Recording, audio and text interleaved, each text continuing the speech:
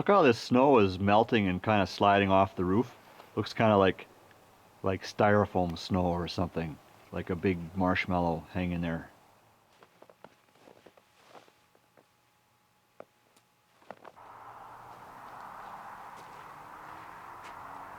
Room to the face!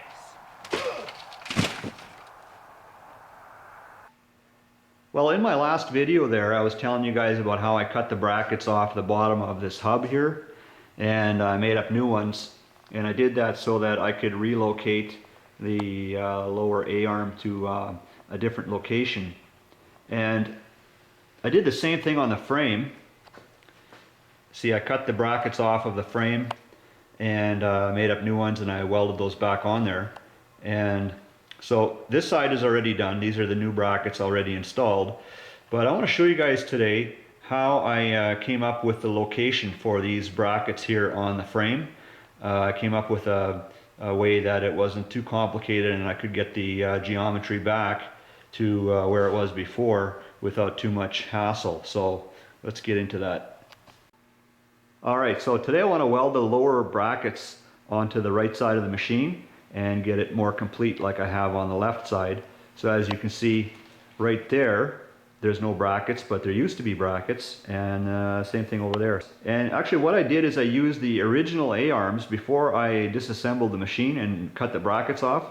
I made a bit of a jig out of the top A-arm, and so we're going to go back to the left side. It's already completed, but I'm going to just show you what I had done there. So first thing I did was I leveled off the frame, and when I was happy with that, I leveled off the suspension, you know, this way. And when I had that straight, then I also leveled the arms vertically between themselves, you know, so that I didn't have one of the arms forward and one backwards. I got that straight like this. And that I could do just by turning on one of the rod ends, you know. So up next was to create a temporary jig out of that top arm.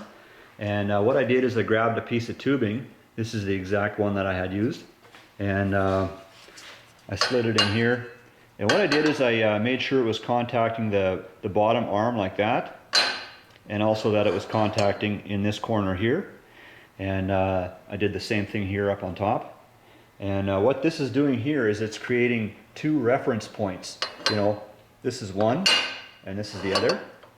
And so then once I had that established, then I welded it to the top arm, and that was my reference points for later. And I did the same thing over in this corner.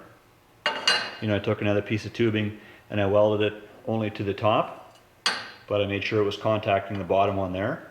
So then I had a nice reference point, a nice jig for getting the brackets lined up later.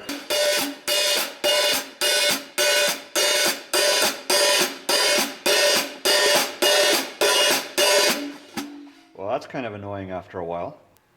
So up next I want to assemble the right side here so that I could get these brackets tack welded on there. And so there's the top arm for this side, and it's got those temporary pieces of tubing welded on to create a jig for this side.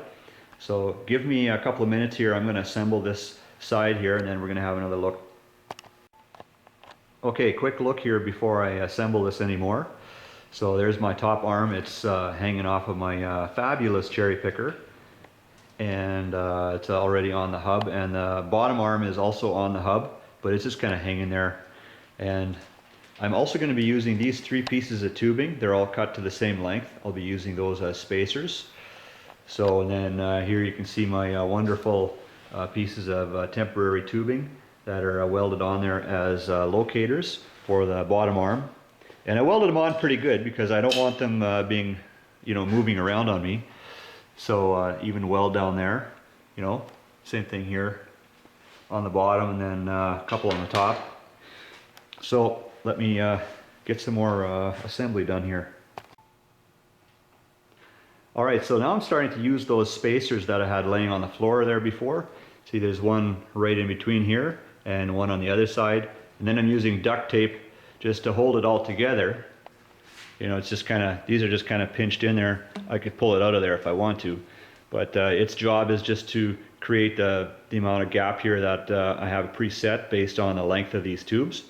So one there, and at this end I don't need a tube because I've already modified that bottom bracket to give me the distance here that I want. So the idea is to have this gap and this one and that one all the same. So now we're going to go over to those locator tubes that I welded on, these temporary pieces.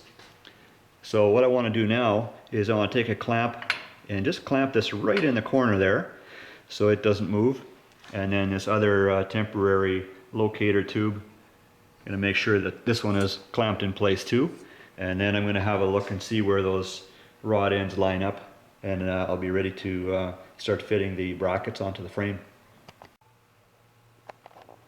Alright, so I got the clamps on. This one here, I wanted to get that tubing right in the corner there, so that looks nice. And then I got that clamp on. So yeah, so now I should be ready to get my brackets on there. Sometimes I gotta fit them just a little bit before they're ready, but that's where I want my rod ends to be, and I'll attach the brackets according to that. So I ordered some brackets here, and they cut them on a laser for me, and these were made for this project here. So, but this one here I had to make from scratch, and this is one of those brackets, but I had to modify it just a little bit.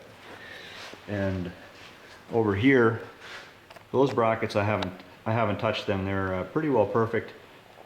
But you see that little white piece of paper in there? I'm actually going to use that as a spacer because I don't like to weld things together like really tight so that it's hard to take it apart and put it back together. So I'm going to assemble it like this, you know, and then that's how I'm going to weld it together. See? So I'm actually ready to start tack welding now. Here's the other side, how that one fits. So you can see my little piece of paper sticking in here.